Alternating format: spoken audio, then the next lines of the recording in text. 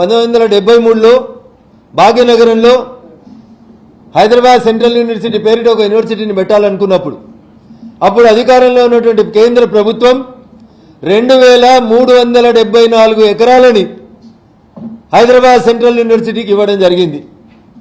దాంట్లో పంచనామా చేసిర్రా, position ఇచ్చిర్రా, title transfer చేసిర్రా, చేయలేదా అనేటువంటి అంశాల గురించి మనం డీప్గా చర్చించే కంటే ముందు రేవంత్ రెడ్డి గారు అనేటువంటి తెలంగాణ రాష్ట్ర ముఖ్యమంత్రి గారు పొద్దున్న లేస్తే పొద్దుకేసరికి 100 సార్లు మాది ఇందిరమ్మ రాజ్యం ఇందిరమ్మ రాజ్యం ఇందిరమ్మ రాజ్యం అని చెప్తుంటారు.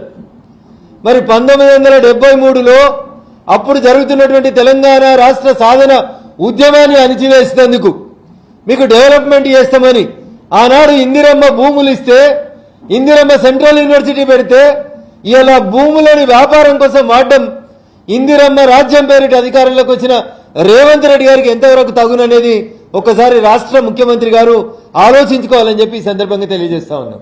డేవన్ అన్న నేను హైదరాబాద్ సెంట్రల్ యూనివర్సిటీ మీద మాట్లాడినప్పుడే మొదటి మాట చెప్పిన, చెరువులు కుంటలలో కట్టినటువంటి ఇల్లీగల్ కన్స్ట్రక్షన్స్ ని తొలగించి పర్యావరణాన్ని రక్షించడానికి హైడ్రా తెచ్చిన అని చెప్పినటువంటి రాష్ట్ర ముఖ్యమంత్రి గారు మరి ఇక్కడ ఇన్ని వందల చెట్లు వేల సంఖ్యలో ఉన్నటువంటి పశుపక్షాదులు నిరాశ్రయానికి పొందుతున్నప్పుడు ఎందుకు ముఖ్యమంత్రి గారు ఆలోచిస్తలేరు, హైడ్రా కమిషనర్ ఏం చేస్తున్నారని మొట్టమొదటి రోజునే ప్రశ్నించడం జరిగింది. దీంట్లో భేషజాలకి పోవాల్సిన అవసరం లేదు, నువ్వు గెలిచినవా నేను గెలిచినవా పంచాయతీ అవసరం లేదు.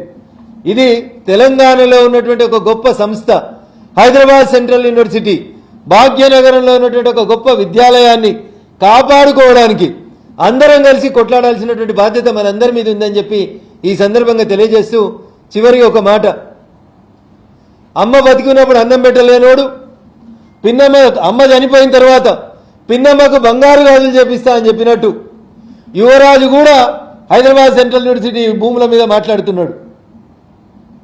ఉస్మానియా యూనివర్సిటీకి మీ నాయన పోయి ఉస్మానియా యూనివర్సిటీ జాగాలు తీసుకొని అలా డబుల్ బెడ్రూమ్ ఇల్లు కడదామన్న రోజు నోరు మెదిపినటువంటి అప్పటి ఐటీ మంత్రి ప్రస్తుత యువరాజు వర్కింగ్ ప్రెసిడెంట్ ఇవాళ వచ్చి హైదరాబాద్ సెంట్రల్ యూనివర్సిటీ మీద మొసలి కన్నీరుగా అరుస్తున్నాడు.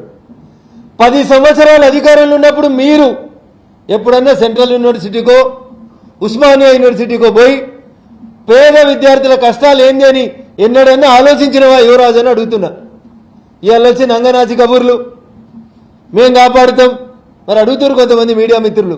రోడ్ వేసిన రోజు ఏ గుడ్డి గాడిదలకి పనులు తోమైతే అందుకోండి కేటీఆర్ అని అడుగుతుండు, దానికి సమాధానం చెప్పాలి ఇవాళ కేటీఆర్ గారు. అందుకనే టీఆర్ఎస్ ఎలియాస్ బీఆర్ఎస్ అనేటువంటి పార్టీకి హైదరాబాద్ సెంట్రల్ యూనివర్సిటీ భూముల మీద మాట్లాడే నైతిక హక్కు లేదనేది నేను చాలా స్పష్టంగా చెప్పదలుచుకున్నా. 10 ఏళ్ళు దుప్పటి కప్పుకొని పడుకొని 10 ఏళ్ళు యూనివర్సిటీకి రానోడు ఇవాళ వచ్చి యూనివర్సిటీ గురించి నీతులు మాట్లాడడం అనేది దయ్యాలు వేదాలు వాళ్ళు ఇచ్చినట్టు ఉంటుంది. అందుకనే టీఆర్ఎస్ ఎలియాస్ బీఆర్ఎస్ హజ్ లాస్ట్ ఇట్స్ క్రెడిబిలిటీ. విద్యార్థులు నమ్ముతలేరు, వాళ్ళని ఎవరు నమ్ముతలేరు, వీళ్ళే బలవంతంగా ఆడిపోయి మీడియా ముందేదో మొసలి కన్నీరు గారుస్తున్నారు తప్ప ఇంకొకటి ఏం లేదు.